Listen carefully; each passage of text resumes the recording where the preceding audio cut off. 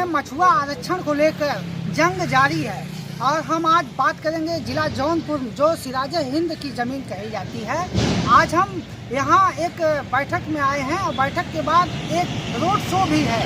तो हम बात करना चाहते हैं विकासशील इंसान पार्टी VIP। जी हाँ, हम विकासशील इंसान पार्टी के प्रदेश युवा प्रवक्ता सुभाष निषाद जी से बात करेंगे और जानना चाहेंगे कि निषादों को लेकर किस तरह की गुलागड़ी चल रही है, क्या राजनीति चल रही है, क्या माहौल है। जी निषाद जी। सर, आज विकासशील इंसान पार्टी के राष्ट्रीय उपाध्यक्ष और पूर्वांचल के प्रदेश प्रभारी श्री राजाराम बिंद जी और राष्ट्रीय अध्यक्ष विकासशील इंसान पार्टी युवा मोर्चा के राष्ट्रीय अध्यक्ष संतोष साहनी जी का पूर्वांचल का दौरा लगातार जारी है। इसी क्रम में आज जनपद जौनपुर में केराकत विधानसभा, जफराबाद विधानसभा, सदर, शाहगंज, बदलापुर विधानसभा में दिन भर का कार्यक्रम जारी है। माननीय राष्ट्रीय अध्यक्ष के आदेशानुसार पार्टी 165 सीटों पर पूरी तैयारी कर चुकी है। इसी क्रम में आज माननीय राजाराम बिंद जी का, संतोष साहनी जी का जनसंपर्क अभियान चल रहा है। इसी क्रम में सबसे पहले केराकत में विधानसभा में, जहां पर हमारे संभावित कैंडिडेट एक तरह से प्रत्याशी हमारे हैं पप्पू कुमार भारती, जो वरिष्ठ समाजसेवी हैं और जिला पंचायत सदस्य हैं, उनके यहाँ एक कार्यालय का उद्घाटन होगा। उसके बाद जाफराबाद में कार्यक्रम होगा, फिर सदर में होगा, शाहगंज में होगा, बदलापुर में होगा। कार्यक्रम का तो दौर चल ही रहा है, लेकिन क्या निषाद समाज खुश दिखाई दे रहा है बीजेपी से और निषाद पार्टी से? जिस तरह से 17 तारीख को रमाबाई अम्बेडकर मैदान में भारतीय जनता पार्टी और निषाद पार्टी की संयुक्त रैली हुई और समाज को बहला फुसला करके ठंडी में बुलाया गया आरक्षण के नाम पर और धोखा दिया गया। भारतीय जनता पार्टी के केंद्रीय गृह मंत्री अमित शाह और प्रदेश के मुख्यमंत्री योगी आदित्यनाथ ने एक बार भी आरक्षण पर नहीं बोला और पूरा समाज मायूस है। और उसी दिन समाज उग्र हुआ है, समाज को पूरा भरोसा हो गया है। निषाद पार्टी का चुनाव चिन्ह पहले ही निर्वाचन आयोग ने छीन लिया है, उसका भोजन भरी थाली। और हमारी VIP पार्टी को निर्वाचन आयोग भारत सरकार ने उत्तर प्रदेश सहित 5 राज्यों में नया चुनाव चिन्ह दी है।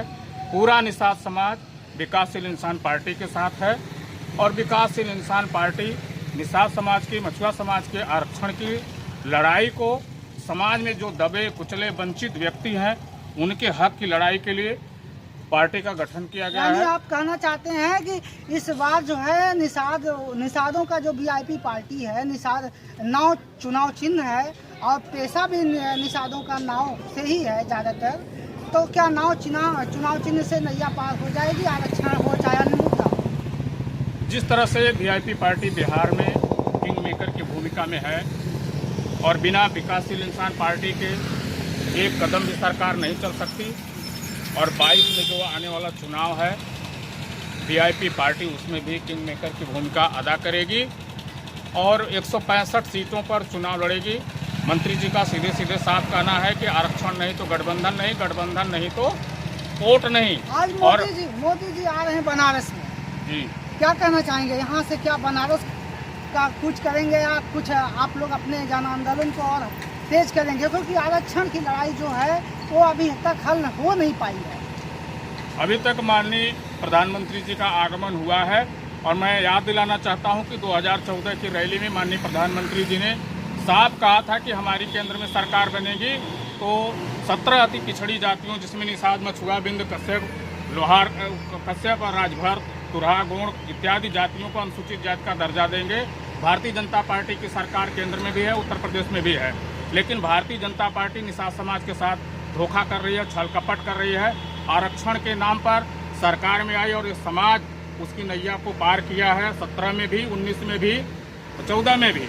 लेकिन इस बार अगर भारतीय जनता पार्टी निषाद समाज को अनुसूचित जाति का आरक्षण नहीं देती है तो भारतीय जनता पार्टी की नैया को इस बार बीच मझधार में यह निषाद समाज डुबाने का काम करेगा।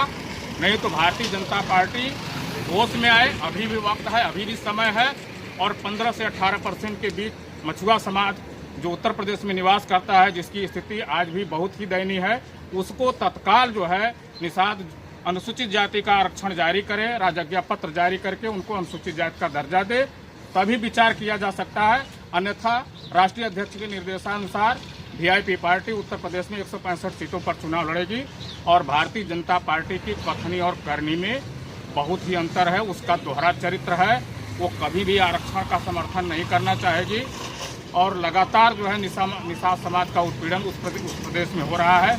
कभी वीरांगना फूलन देवी बहन के नाम पर जिसकी प्रतिमा नहीं लगने दी जाती है, उनका अपमान किया जाता है। कभी उसके राष्ट्रीय प्रवक्ता सुधांशु त्रिवेदी द्वारा वीरांगना फूलन देवी को शब्दों से नवाजा जाता है और भारतीय जनता पार्टी का इस मामले में दोहरा चरित्र है। उस दोहरे चरित्र की मैं घोर निंदा करता हूं।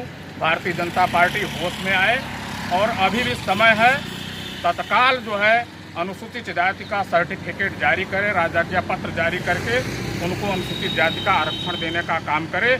अन्यथा विकासशील इंसान पार्टी पूरे उत्तर प्रदेश में उसके 403 विधानसभा में सभी विधानसभा अध्यक्ष, सभी कार्यकारिणी गठित हो गई है, बूथवार गठन चल रहा है और ये 15 से 17% वाला निषाद समाज भारतीय जनता पार्टी को 22 में सबक सिखाने के लिए तैयार है।